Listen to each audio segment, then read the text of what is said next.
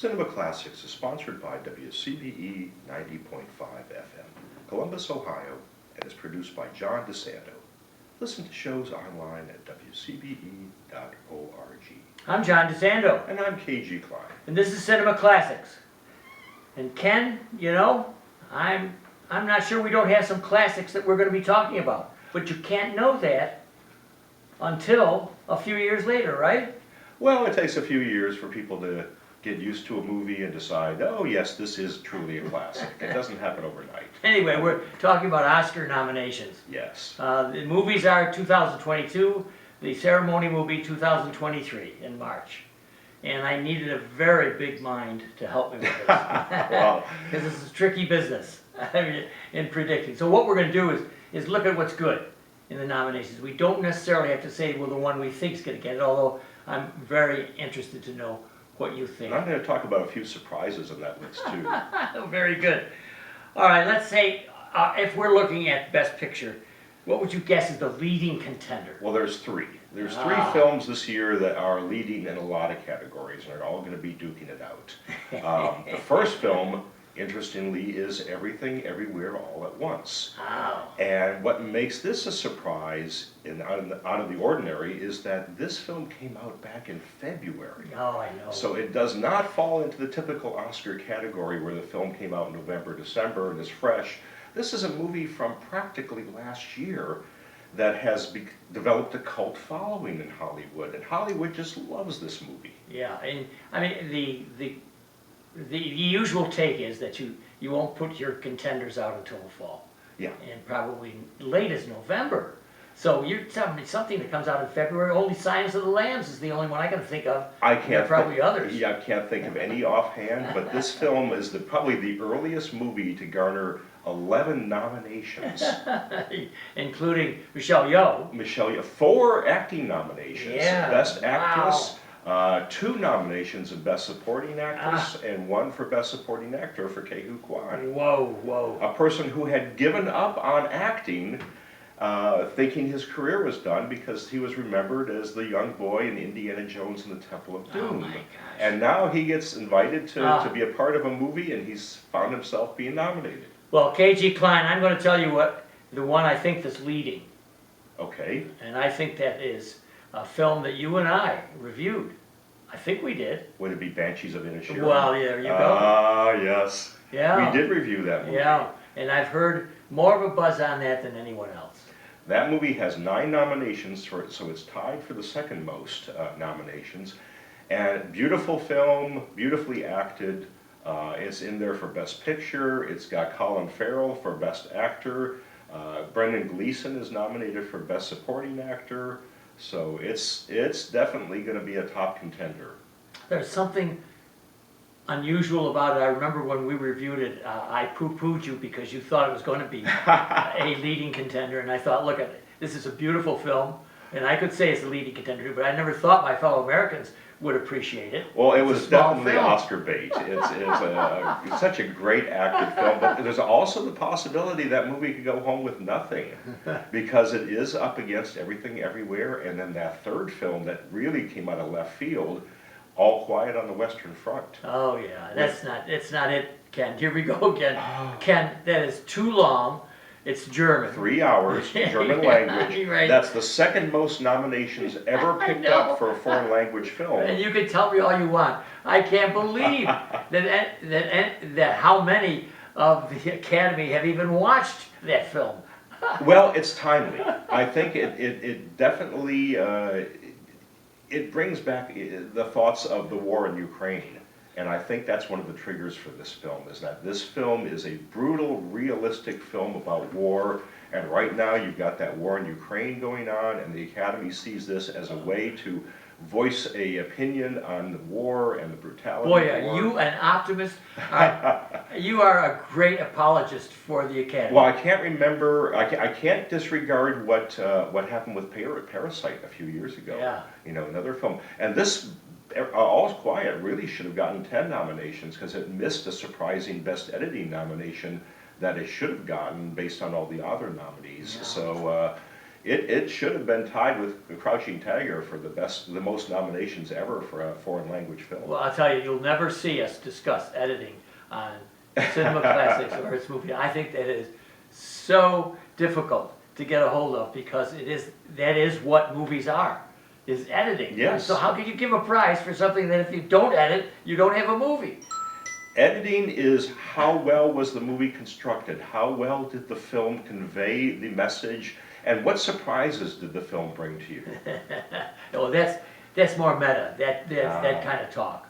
I'm looking at more technically. How do you cut between one scene and another, one shot and another, and all that? So, but yes. Yeah, how many frames? Take 2 more Yes. frames off that, as they said in Babylon. Yeah. So anyway, all right.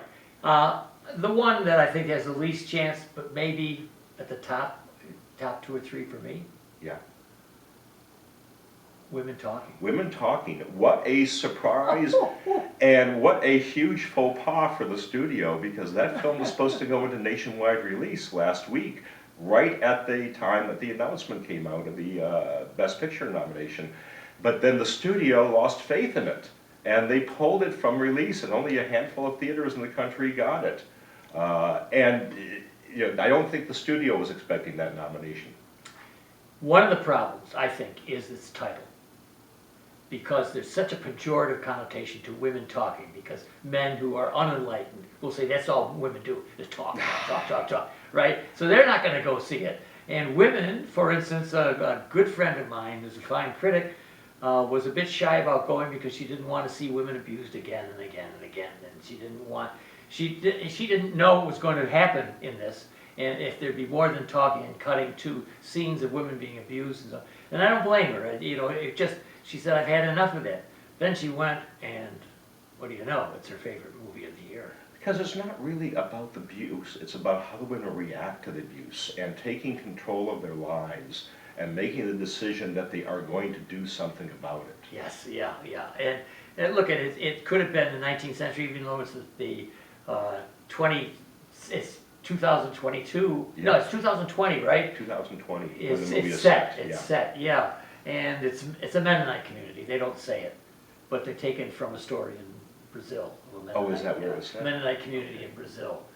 It's just something similar to that which happened. Basically, is there were men who were raping the women, and finally the authorities just had to take them in, and now the men were going to go bail them out. So the women are talking about what are they going to do, and what I love about their conversation is very well structured. Do they stay? Do they fight? Or do they leave? Do they leave? It's a And tripartite if they do discussion. leave, what's to become of them? Exactly, and are they prepared to do that? So I think it's for anybody. I know you mentioned the Ukraine before. This is Ukraine as well. How do you do it? When Russia invades, what do you do? And this is probably why this film was singled out for a Best Picture nomination. Because you also had She Said this year, a great film about women who were victimized by Harvey Weinstein. Could have gotten that nomination, but Women Talking was singled out instead. Yeah. Let's talk about 2 other surprise films in the Best Picture category. One is Avatar, The Way of Water. Surprise in what way? Well, surprising that usually these big budget special effects films don't get nominated. Historically, they get ignored by the Academy. Yeah. They'll get technical awards, they'll get best sound effects, best special effects, but they don't get nominated for Best Picture. But right now, the Academy has been suffering from declining viewership on the award ceremony, and that's where they get their money from. So I think with this one and Maverick, Top Gun Maverick, on the Best Picture list, I think they're trying to woo reviewers to come in and watch the show because, hey, maybe that movie that you fell in love with over the summer with Tom Cruise might get an Academy Award. Look they're both really good movies. They're both fantastic movies. They are surprises, though, for a nomination. Very, very surprised to see them on the list. They're not subtle. Neither one is They're subtle. not fine art. Well, an Avatar in particular poses a problem for the Academy because it is mostly a CGI movie. And the Academy has been struggling with that. Where do you rank a CGI movie? Is it a live action film? Is it animation? And I think we're probably only a few years away from the Academy creating a new category just for films that are primarily CGI, where the actors are primarily doing motion capture instead of appearing in the film themselves. Yeah, good point. We've pretty much exhausted the best motion picture category. Best picture. Except the most successful director of all time. Steven Spielberg. Yes, The Fabelmans. The Fabelman. No surprise to see it on the list. Not likely to pick up that award. However, Spielberg is very likely and probably the front runner to get the Best Director award. Not only because he is that good, it's also because the Academy gets like it wants to do something. The Academy would like to reward Spielberg. There's no question about that. Yes, I know that. He was definitely slighted on Saving Private Ryan. Everyone knows that. Harvey Weinstein was involved in the campaign that took those awards away from him.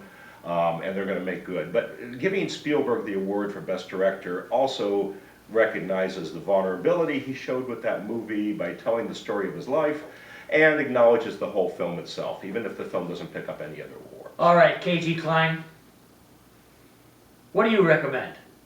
What do I recommend? Well, watch the Academy Awards, for one thing. Keep the Academy going. Give them the viewership that they need. Take my place because I can never watch it. Oh, I love watching the awards. I'll be at one of the local theaters with a crowd watching it. And what I would say is keep your eyes open for Everything, Everywhere, All at Once. All Quiet on the Western Front as a surprise that could pick up more awards than any other movie. And lastly, of course, we can't discount the possibility that Banshees of Inisherin can come out of left field and pick up quite a few awards too. All right, if people want to hear more, because we have more to say, We do. they're going to have to go to the podcast Double Take on the WCBE podcast experience if they want to hear more, which is hard for me to believe. Well, there's so many more categories to talk about.